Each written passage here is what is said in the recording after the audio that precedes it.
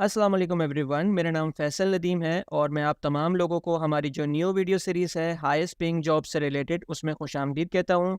आज जिस particular job के बारे में हम डिस्कस करने वाले हैं वो है जनाब वेल्डिंग की जॉब से रिलेटेड। जी हाँ, आप ज़रूर सोच रहे होंगे वेल्डिंग की जॉब और वो भी हाईएस्ट पेइंग, कुछ ये बात समझ नहीं आई। देखिए, आप पाकिस्तान में अगर काम करना है, मुझे पता है पाकिस्तान के क्या हालात चल रहे हैं इस वक्त, ठीक है ना, तो मैंने इसीलिए वीडियो सीरीज़ को तरजीह दी है कि मैं जो है वो आप लोगों को बता सकूं। और स्टार्ट मैंने ऐसी जॉब से किया है जो कि आप इजीली आसानी से सीख के कुछ टाइम के अंदर आप जो है वो इसको कर सकते हैं। लेकिन आप जब इसकी पे सुनेंगे तो आप ज़रूरी इस चीज़ को सोचेंगे ज़रूर कि यार मैं इस पर्टिकुलर जॉब को मुझे करना चाहिए, लाजमी करना चाहिए। क्योंकि आप देखें कि पाकिस्तान में अगर हम बात करें एक वेल्डर की, एक नॉर्मल वेल्डर जिसको थोड़ा बहुत काम आता है, एक्सपीरियंस भी नहीं है, थोड़ा बहुत काम आता है, वो तकरीबन 25 से 40,000 रुपये माहाना जो है वो ईज़िली अर्न कर सकता है, ठीक है ना? पाकिस्तान की बात कर रहे हैं। अगर थोड़ा ऐसा बंदा है जिसको थोड़ा सा ज़्यादा एक्सपीरियंस है तो उसकी 50 से 60,000 रुपये तनख्वाह है। और एक ऐसा बंदा है जो कि इसको हम उस्ताद कहते हैं, वेल्डिंग की ज़बान में जो उस्ताद उस्ताद करते हैं, बेसिकली वेल्डिंग का उस्ताद, ठीक है? तो वेल्डिंग का उस्ताद जो बड़ी अच्छी जिसके पास तमाम स्किल्स रहती हैं, तो वो आराम से जो है वो 1 लाख से लेके 1.5 लाख रुपये तक अर्न कर सकता है, ठीक है ना? तो अब आप यहाँ देखें कि मेहनत आप पाकिस्तान में भी कर रहे हैं। अगर मैं आपको बोलूँ कि यही मेहनत आप यूएस में जाके करें और आपको इसके 12 लाख रुपए तनख्वाह मिलेगी। एक ऐसा बंदा है जिसको थोड़ा बहुत काम आता है, ठीक है ना? 12 लाख रुपए माहाना आपको तनख्वाह मिलेगी। तो आप इस बारे में ज़रूर सोचेंगे कि यार 12 लाख रुपए तनख्वाह। और मैं ऐसे आपको फिगर्स नहीं बता रहा। आप चाहे तो गूगल पे जाके भी जो है वो देख सकते हैं।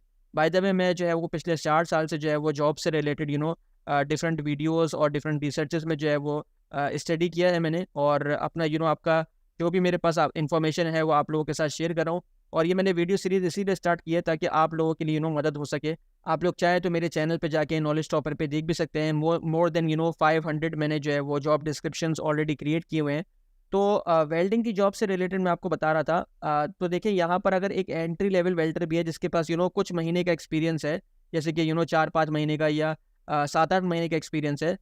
तो अगर आपके पास ऐसा है, थोड़ा बहुत काम जानते हैं, तो आपकी तनख्वाह जो है वो $35,000 से लेके $50,000 पर ईयर तक जाती है। जी हाँ, पर ईयर की बात हो रही है यहाँ पर। और सिमिलरली अगर आपके पास थोड़ा सा एक्सपीरियंस है, ठीक है ना, अब यहाँ पर आपको एक्सपीरियंस की वैल्यू भी है। अगर आप यहाँ पर अपने कैरियर को परस्यू करते हैं, आप यहाँ पर यूएस में, तो आपकी एक्सपीरियंस की बेसिस पे आपकी जो सैलरी होगी वो बढ़ती रहेगी, ठीक है ना?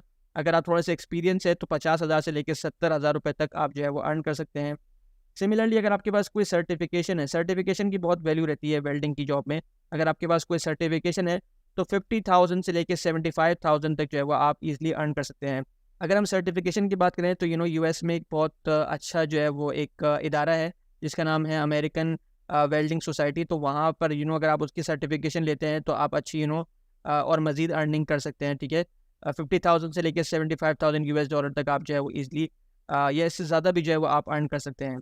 स्पेशलाइज़ वेल्डर की बात करें तो यानी कि कोई मखसूस आप वेल्डिंग के अंदर काम कर रहे हैं, जैसे कि अंडर वाटर वेल्डिंग होती है, पाइप वेल्डिंग होती है, और मज़ीद स्पेशलाइज़ वेल्डिंग से रिलेटेड जॉब्स भी होती हैं। जैसे कि स्पेशलाइज़्ड डॉक्टर होता है, तो एक मखसूस वेल्डिंग प्रोफेशन में अगर आप काम करते हैं तो आपकी जो अर्निंग्स रहती हैं वो $80,000 से ज़्यादा आप जो है वो सालाना अर्न कर सकते हैं।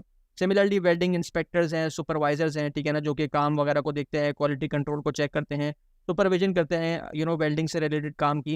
यानी कि बेसिकली आप कह सकते हैं कि वेल्डिंग के मास्टर होते हैं, उनको तमाम चीज़ों के बारे में पता होता है और अपने कारीगरों से जो है वो काम को निकलवाना जानते हैं, ठीक है ना, और अपनी निगरानी में काम कराना जानते हैं। तो उनकी जो अर्निंग्स रहती हैं वो $80,000 से ज़्यादा जो है वो अर्न करते हैं 1 साल के अंदर, ठीक है ना। तो ये कुछ मैंने आपको फिगर्स बताए ताकि आपका जो है वो इंटरेस्ट इस पर्टिकुलर वेल्डिंग की जॉब में हो। अब आप ये सोचेंगे कि यार ये तो आपने बता दिया, और आपने ये तो बिल्कुल भी नहीं बताया कि अब वहाँ पे जो है वो अगर हम यूएस जाते भी हैं तो वहाँ पर बहुत सारे एक्सपेंसेस होते हैं। पाकिस्तान में तो इतने एक्सपेंसेस भी नहीं है। बिल्कुल सही कह रहे हैं आप। देखिए, अमेरिका में अगर आप काम करते हैं ना, अब मैं आपको बताऊँ कि आपने पाकिस्तान में भी काम करना है, वही मेहनत आप पाकिस्तान में भी करेंगे।